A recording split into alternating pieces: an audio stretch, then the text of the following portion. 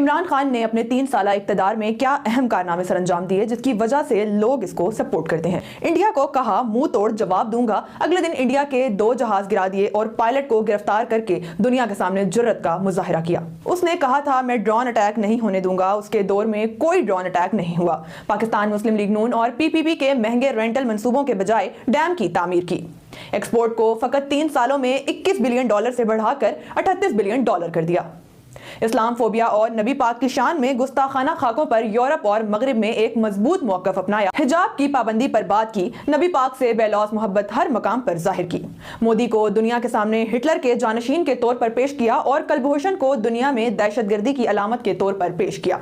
Recording में जाया किए गए $11 बिलियन जुर्माने को $9 अरब इन्वेस्टमेंट में तब्दील करवा के मुल्क और कौम की खिदमत की। PIA को खसारे से निकाल कर मुनाफे की तरफ गामजन किया। टेक्सटाइल की तबाहाल इंडस्ट्री को बेहतर किया।